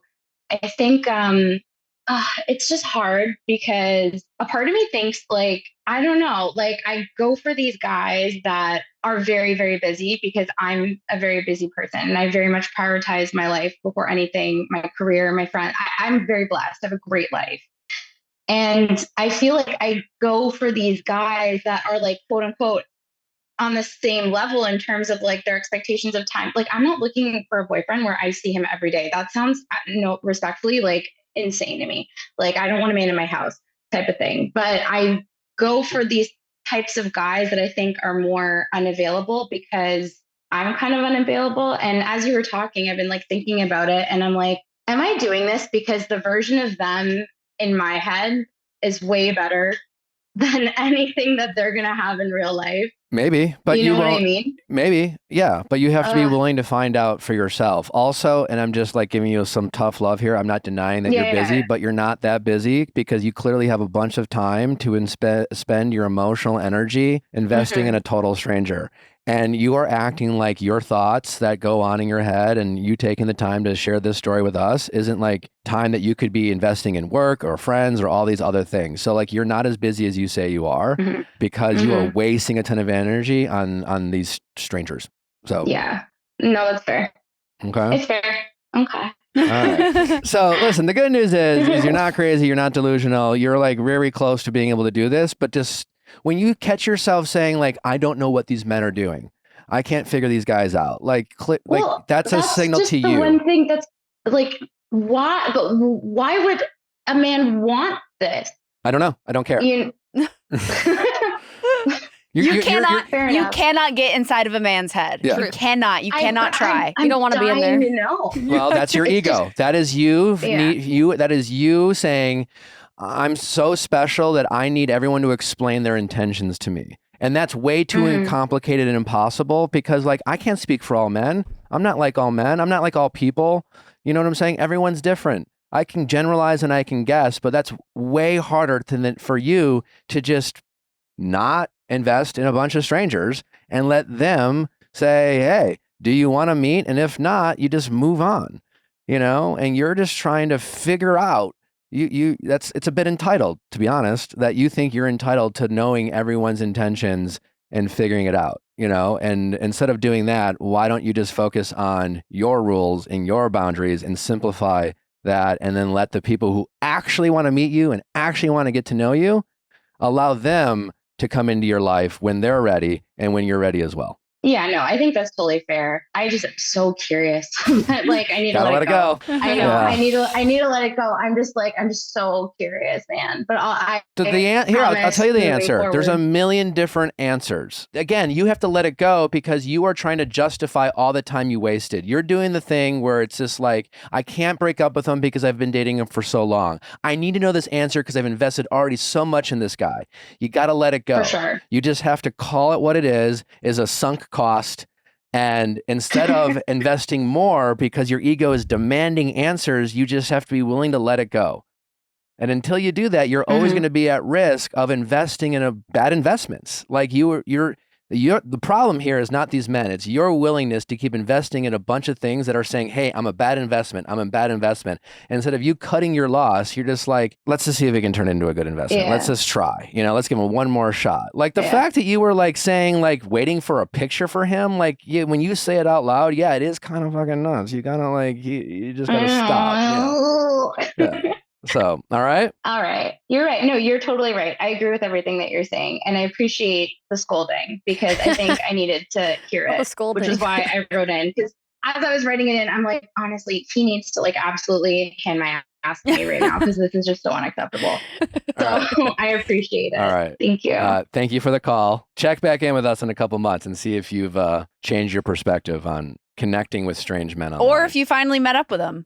Yeah. Who knows what happened? Don't do that. No. He's but let's blocked, deleted. Okay. No. Okay. That's not happening. Okay. That's gone. Okay. Yeah. And they would if they wanted to. Just remember that. Yep. All right. 100%. Okay. Thanks, guys. All right. Take care. Bye. Bye. All right. What were we talking about before the call? It was Melinda on Lives. Oh, yes. So Melinda on Lives. I would love to get your perspective, Micah. We obviously have litigated like the men's behavior, but like obviously these shows, they can be fun to watch, but like, as we know, we live in a time where people are often, even on this show, we've heard their word weaponizing feelings and weaponizing words and things like that. What do you make of Melinda, despite all of Harry's problems and his behavior not being okay? Belinda was accusing Harry on live in lies of forcing himself on her and, using language like aggressive and forcing and things like that. And now watching it back, we now see that if anyone was the aggressor, it was Melinda in that situation. Certainly it was equal. Certainly was if anything, it was equal, and equal. possibly Melinda had her moments of being the aggressor. What do you make of that situation? I mean, I haven't seen Melinda's lives at all, so I'm just taking it as that's what she was saying.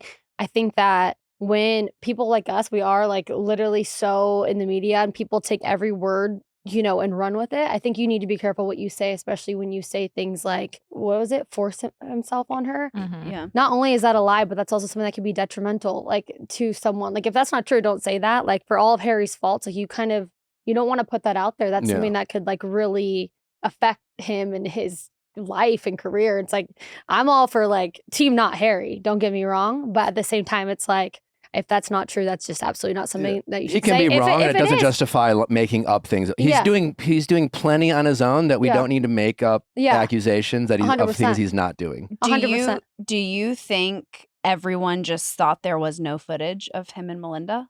And I think 100%. I think that he had no idea that there was footage. I don't think Jess had any idea that there was footage. I had no idea there was footage, and I'm wondering how. I'm like, I thought we all had mics on. I'm like, what's going on? So like, I guess I'm not shocked there is, but I had no idea. I'm so happy there was. I'm so happy that he actually said the words, "Did you get that kiss?" Because I know he somehow still would have probably continued to lie about it if he didn't say those exact words. Yeah. So, I mean, I think it's very vindicating for everyone involved, and I think it would be kind of Melinda's kind of hero moment if she hadn't said all the things that she said as well. Like it would have been very vindicating, but instead it's negative for both people. She could have been such a girl's girl in that moment where she could have been like, listen, we kissed and I played a role and I want to take responsibility for my part. But at the same time, now I'm realizing how invested you are in this relationship. And then having Harry be like, she's just here for 15 minutes. No. And then for it to come out and it play out exactly as Melinda has said on the show. But the fact that she didn't think there was any footage or audio and now has kind of changed it to be more in her favor.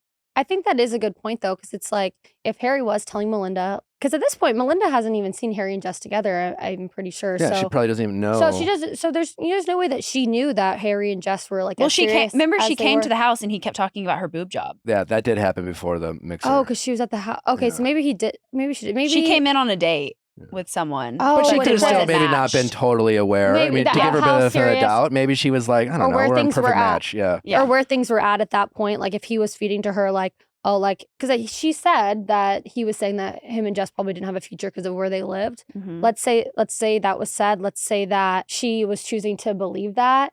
Then maybe it makes sense. So she's like, come on, like, just do it. But when she saw everything else that was playing into it, I feel like I'd be like, shit, like, I'm sorry. Like, I didn't realize the gravity of the situation. Like, I shouldn't have maybe played into that. Yeah. It also implicates all of the men who stood beside Harry and were bro coding up to Jess, being like, he didn't say anything, he didn't do anything wrong, he didn't this, he didn't that. And then in the footage, it shows Chris, Stefan, someone else, I don't know who it was who was standing with him when he's talking to producers asking if they got that kiss, but there was someone right there. All of them knew it. Oh, 100%. And I'm sure they all knew secrets about each other and they were willing to keep them because it's like they were protecting each other.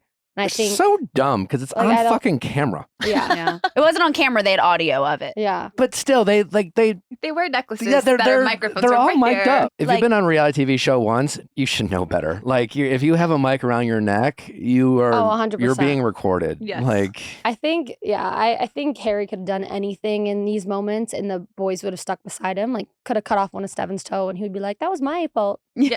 Like that's what it was. Giving. I didn't want that toe anyways. He was did like, me a favor. That's always been gone. that seems like such an. No, Harry said it was gone. It was probably gone. No, I've never been had hobbling that around toe. my whole life. I've never had that toe. Like, it's such an ick for all these guys to like suck Harry's dick. That's it's just crazy. like it was. I don't know. It was odd. Anyways, Micah, great to see you. Yeah, it's been a ride. No, I'm so happy to see you guys again and be able to tell the tea. Thank you for coming on. Thank you. This was a lot of fun. What's next for you? No, literally, I don't know. Summer in Europe. Okay. Well, you're living in LA now. Minding my business. Yeah, I just moved to LA. I'm loving it so far, and I'm excited to see like You single? what happens next. I am single. Okay. All right. I'm single. My DMs are not open though. Oh. Find me in person, maybe like at a farm or like somewhere wholesome. The farm of LA. Somewhere normal. Okay. Yeah, not an Farmer's event. market. Farmer's Yeah, market. A farmer's market. Yeah. Yeah. Cute. That's I'm more like, you likely do live in to be LA. where I am. Yeah. I'm Where- like, so where are the farms? But yeah, so definitely single and excited to meet the right person, but not necessarily looking. All right. Well, again, thanks for coming. It's been a Yeah. blast talking with you. Yeah. Wish you the best of luck. Thanks for Thank being you. so open. This has been a ton of fun chatting with you. Yeah. Thank you guys for listening. We thank Micah for her time. Make sure to follow her on social. Where can people follow you? Yeah, follow me. Micah Lussier. Spell Lussier. Lussier. All right. Follow Micah wherever she is online. Don't forget to send in your questions at asknick@theviallfiles.com for all things texting office hours. Ask Nick. Again, if you enjoyed this texting office hours, we have a bunch of these calls like this every Monday. Bye. Woo!